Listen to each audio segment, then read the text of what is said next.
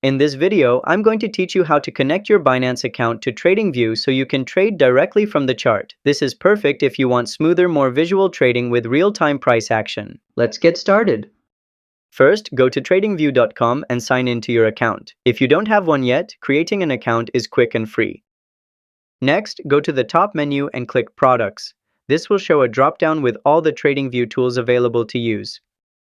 Then select Super Charts, which will take you to the interactive trading chart interface. This is where all the action happens.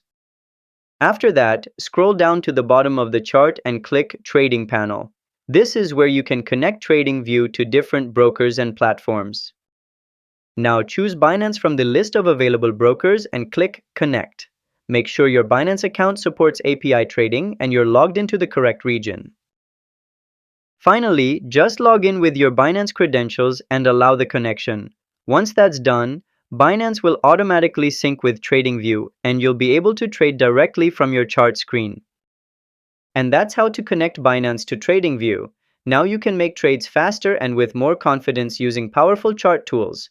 If this helped, drop a like and subscribe to How to Tutor for more quick and easy tutorials. See you next time!